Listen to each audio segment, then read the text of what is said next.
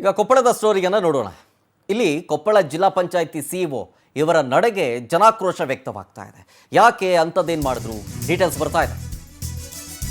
ಕೊಪ್ಪಳ ಜಿಲ್ಲಾ ಪಂಚಾಯಿತಿ ಸಿಇಒ ನಡೆಗೆ ಜನಾಕ್ರೋಶ ವ್ಯಕ್ತವಾಗ್ತಾ ಇದೆ. ಕಾರಣ ಏನು ಅಂತಂದ್ರೆ ಒಂದೇ ಕೇಸು, ಆದರೆ ಎರಡು ವಿಭಿನ್ನ ನಡೆಯನ್ನ ತೋರಿದ್ದಾರೆ ಇದೇ ಸಿಇಒ ರಾಹುಲ್.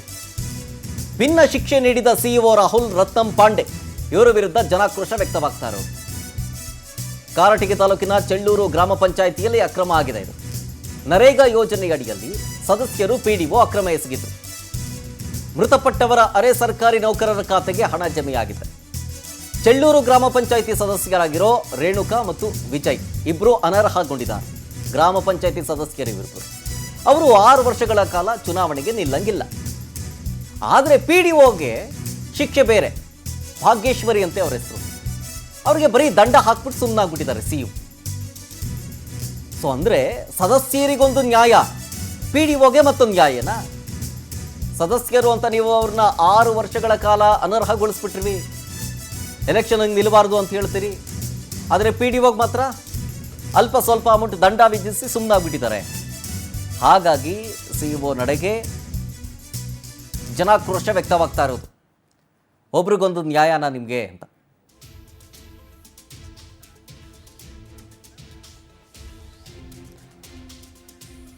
ನೋಡಿ, ಗಮನಿಸ್ತಾ ಇದ್ದೀರಿ ಫೋಟೋ ಲೆಫ್ಟ್ ಸೈಡಲ್ಲಿ ಶರ್ಟ್ ಹಾಕೊಂಡು ಕನ್ನಡಕ ಹಾಕೊಂಡಿದ್ದಾರಲ್ಲ, ಇವರೇ ಸಿಇಒ ರಾಹುಲ್ ರತನ್ ಪಾಂಡೆ ಅಂತ.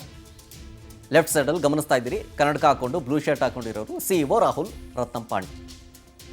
ನೆಕ್ಸ್ಟ್ ನನ್ನ ಅಂದರೆ ಸ್ಕ್ರೀನ್ನಲ್ಲಿ ಬಲಭಾಗದಲ್ಲಿ ನೋಡ್ತಾ ಇದ್ದೀರಲ್ಲ, ರೇಣುಕಾ ಮತ್ತು ವಿಜಯ್ ಅಂತ. ಇವರು ಚೆಳ್ಳೂರು ಗ್ರಾಮ ಪಂಚಾಯತಿ ಸದಸ್ಯರು. ಇವರಿಬ್ಬರನ್ನೇ ಅನರ್ಹ ಮಾಡಿರೋದು. 6 ವರ್ಷಗಳ ಕಾಲ ಎಲೆಕ್ಷನ್ಗೆ ನಿಲ್ಲದೇ ಇರೋದಂತೆ. ಕಾರಣ ಏನು? ನರೇಗಾ ಯೋಜನೆಯಲ್ಲಿ ಇವರು ಅಕ್ರಮ ಎಸಗಿದ್ದಾರೆ ಅಂತ. ಓಕೆ, ಸದಸ್ಯರು ಇವರು. ಪಿಡಿಒ ಮತ್ತೊಬ್ಬರಿದ್ದಾರೆ ಭಾಗ್ಯೇಶ್ವರಿ ಅಂತ. ಭಾಗ್ಯೇಶ್ವರಿ ಅವ್ರಿಗೆ ಏನು ಮಾಡಿದ್ದಾರೆ? ಇದೇ ಸಿಇಒ ನೀವು ಫೋಟೋದಲ್ಲಿ ನೋಡ್ತಿದ್ದೀರಲ್ಲ, ಇವರು ಅವ್ರಿಗೆ ಬರೀ ದಂಡ ಹಾಕ್ಬಿಟ್ಟು ಸುಮ್ಮನಿದ್ದಾರೆ ಅಷ್ಟೇ. ಅವ್ರ ಮೇಲೆ ಬೇರೆ ಯಾವುದೇ ಕ್ರಮ ಇಲ್ಲ. ದಂಡ ಹಾಕ್ಬಿಟ್ಟು ಸುಮ್ಮನಾಗ್ಬಿಟ್ಟಿದ್ದಾರೆ ಅಷ್ಟೇ. ಆದರೆ ಇವರಿಬ್ಬರು ಗ್ರಾಮ ಪಂಚಾಯತಿ ಸದಸ್ಯರನ್ನ ಅನರ್ಹಗೊಳಿಸ್ಬಿಟ್ಟಿದ್ದಾರೆ.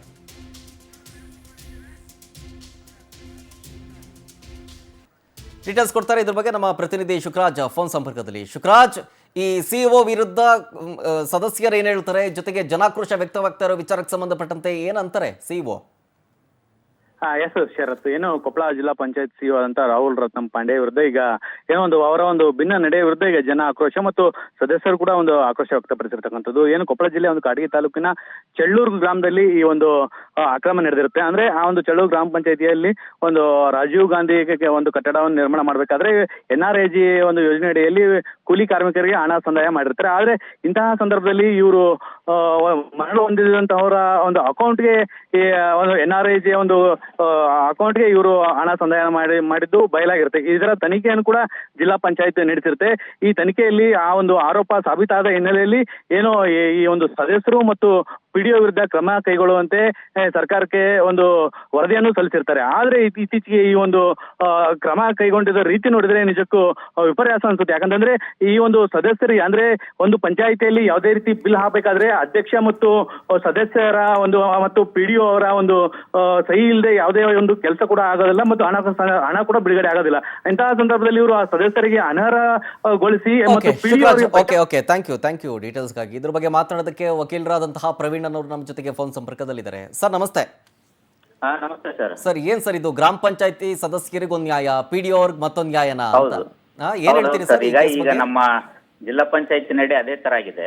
ಈಗ ಏನಾಗ್ತಾ ಇದೆ, ಸದಸ್ಯರಿಗಾದ್ರೆ 6 ವರ್ಷ ಚುನಾವಣೆ ನಿಲ್ಲಕ್ಕೆ ಬರಂಗಿಲ್ಲ, ಇದ್ದಿದ್ದ ಸದಸ್ಯತ್ವ ಅರ್ಹತೆ ಮಾಡ್ತೀವಿ ಅಂತ ಹೇಳ್ತಿದ್ರೆ. ಬಟ್ ಅಧಿಕಾರಿಗಳಿಗಾದ್ರೆ ಕೇವಲ ಅದೇನೋ ಬಡ್ತಿ ತಡೆ ಹಿಡಿದು ಅಂತೇಳಿ ಸಣ್ಣದ ಒಂದೇನು ನಂಬಿಕೆ ವಾಸ್ತೆ ಒಂದು ಕ್ರಮ ತಗೊಂಡು ಬಿಡ್ತಾ ಇದಾರೆ. ಇದು ಒಂದ್ ಕಣ್ಣಿಗೆ ಸುಣ್ಣ ಒಂದ್ ಕಣ್ಣಿಗೆ ಬೆಣ್ಣೆ ಅಂತ ಕ್ರಮ ನಮಗೆ ಕಾಣ್ತಾ ಇದೆ. ಈಗ ಇದು ಅವ್ರ ಮೇಲೆ ಗಂಭೀರ ಆರೋಪ ಇದೆ. ಅಂದ್ರೆ ಸತ್ತ ವ್ಯಕ್ತಿಗಳಿಗೂ ಖಾತೆಗೆ ಹಣ ಹಾಕಿದ್ದಾರೆ, ಸರ್ಕಾರಿ ಅರೆ ಸರ್ಕಾರಿ ನೌಕರರಿಗೆ ಹಣ ಜಮಾ ಮಾಡಿದ್ದಾರೆ ಅಂತ ಆರೋಪ ಇದೆ. ಹೌದು. ಯಾವುದೇ ಈಗ ಪಂಚಾಯತಿ ಸ್ಟ್ರಕ್ಚರ್ ಯಾವ ತರ ವರ್ಕ್ ಮಾಡುತ್ತೆ ಅಂತ ಗೊತ್ತಿರೋರಿಗೆ ಇದು ಆರಾಮ್ ಗೊತ್ತಾಗುತ್ತೆ. ಯಾಕಂದ್ರೆ ಯಾವುದೇ ಒಂದ್ ಚೆಕ್ ಪಾಸ್ ಆಗ್ಬೇಕು ಅಥವಾ ಏನಾದ್ರೂ ತಂಬು ಬೇಕು, ಅಧ್ಯಕ್ಷರದು ಪಿಡಿಒ ಇಬ್ಬರದು ಬೇಕು. ಹೌದು. ಹಾಗಾಗಿ ಇಲ್ಲಿ ಕ್ರಮ ಮಾಜಿ ಅಧ್ಯಕ್ಷರು ಹಾಲಿ ಅಧ್ಯಕ್ಷರ ಮೇಲೆ ಆಗಿದೆ ಹೊರತು ಪಿಡಿಒ ಮೇಲೆ ದೊಡ್ಡ ಕ್ರಮ ಆಗ್ತಾ ಇಲ್ಲ. ಅಂದ್ರೆ ಇದನ್ನ ಬಚಾವ್ ಮಾಡ್ತಾ ಇದಾರೆ ಅನ್ನೋದು ಅನುಮಾನ ನಮಗೆ. ಅಧಿಕಾರಿಗಳನ್ನ ಬಚಾವ್ ಮಾಡ್ತಾ ಇದಾರೆ, ಜನಪ್ರತಿನಿಧಿಗಳನ್ನ ಅನರ್ಹ ಮಾಡಿದ್ದಾರೆ, ಮುಂದಿನ 6 ವರ್ಷ ಚುನಾವಣೆ ನಿಲ್ಲಕ್ ಬರಂಗಿಲ್ಲ ಅಂತ ಹೇಳ್ತಾ ಇದ್ದಾರೆ.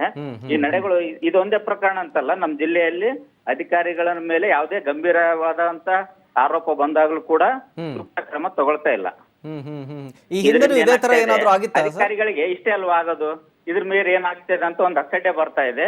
ಯಾವುದೇ ಒಂದು ಸರ್ಕಾರದ ಯಾವುದೇ ಈಗ ಅಕ್ರಮ ಆಗಿದ್ರು ಕೂಡ ಅವ್ರು ಯಾವುದೇ ಭಯ ಪಡ್ತಾ ಇಲ್ಲ. ಅಂತ ವಾತಾವರಣ ನಮ್ಮ ಜಿಲ್ಲೆಯಲ್ಲಿ ನಿರ್ಮಾಣ ಆಗಿದೆ. ಈ ಹಿಂದೆ ಆಗಿತ್ತಾ ಈ ತರ ಯಾವ್ದಾದ್ರು ಪ್ರವೀಣ್ ಸರ್? ಹೌದೌದು ಸರ್, ಆಗಿದೆ ಹಲವಾರು ಪ್ರಕರಣಗಳಾಗಿದೆ. ನಮ್ಮ ಗಂಗಾವತಿ ತಾಲೂಕಿನಲ್ಲೇ ಆಗಿದಾವೆ. ಈಗ ಏನೋ ಒಂದು ಸೈಟ್ ವಿಚಾರವಾಗಿ ಅಂದ್ರೆ ಯಾವ್ದು ಬೇಕಾದಕ್ಕೆ 911 ಕೊಡ್ತಾ ಇದಾರೆ ಅಂತೇಳಿ ನಮ್ಮ ಪವರ್ ಟಿವಿಲೇ ವರದಿ ಆಗಿತ್ತು. ನಿಮ್ ಚಾನಲ್ ಅಲ್ಲೇ 3-4 ಸಲ ಆಗಿತ್ತು. ಅವ್ರ ಮೇಲೆ ಕ್ರಮ ತಗೊಂತೀವಿ, ತನಿಖೆಗೆ ಒಂದು ತಂಡ ಮಾಡಿದೀವಿ ಅಂತ ಹೇಳ್ತಾ ಇದ್ದಾರೆ.